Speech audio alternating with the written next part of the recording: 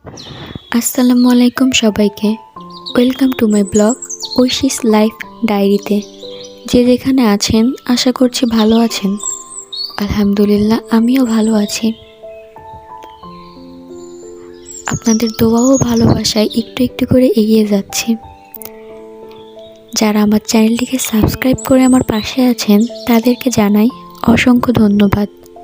আর যারা আমার চ্যানেলটিকে সাবস্ক্রাইব করেননি তারা আমার চ্যানেলটিকে সাবস্ক্রাইব করুন এবং আমার পাশে থাকুন। আশা করি আমার ভিডিওগুলো আপনাদের ভালো লাগবে। আজকে আমি আপনাদের সাথে শেয়ার করব একটি পিঠা, যে পিঠাটা বিলুপ্ত প্রায়, সরু পিঠা, চুষি পিঠা বা সেমাই পিঠা। তো আমি এখানে নিয়ে নিয়েছি চালের গুঁড়া, লবণ এবং ফুটন্ত গরম পানি। সেটা দিয়ে ভালোভাবে একটি ডো তৈরি করে নিয়েছি। ডোটা ভালোভাবে মুথে নিয়েছি, তারপর এরকম পাকিয়ে নিয়েছি। এভাবে পাকিয়ে নিতে হবে, পাকিয়ে নিলে কাটতে সুবিধা হয়। তো আমার শাশুড়ি, আমার ননদের মেয়ে অরিন, আমরা সবাই মিলে পিঠাটা তৈরি করেছি। আম্মু কাটছে, কি দ্রুত কাটছে, আর তো পারি না। আমি চেষ্টা করে দেখিনি, তবে চেষ্টা করে দেখব। দেখুন কেমন ঝুরঝুরে। এটা যদি একটু জোরে ধরা হয় তাহলে কিন্তু এটা আটার দলার মতো হয়ে যাবে। মাশাআল্লাহ।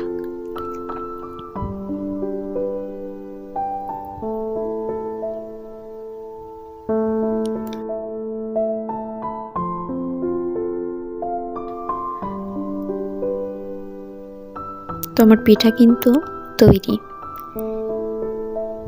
দেখুন কেমন লাগছে। মাশাআল্লাহ, খুব ভালো লাগছে। এভাবে কেটে নিতে হবে। এভাবে কেটে নিয়েছি। এবার পিঠা তৈরিতে চলে যাব। এখানে রস জ্বালানো হচ্ছে। রস ফুটিয়ে নেওয়ার পর এখানে নারকেল দেওয়া হয়েছে। নারকেলটা পরিমাণ মতোই দিয়েছি। আমাদের একটু বেশি নারকেল পছন্দ, আমরা বেশি নারকেল দিয়েছি।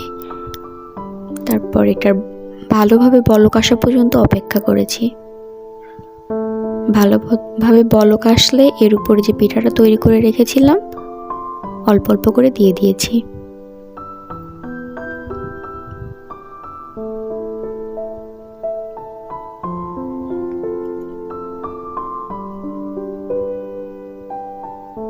নেড়ে চেড়ে আবারও দিয়ে দিয়েছি অল্প অল্প করে পিঠা। তো আমার পিঠা তৈরি।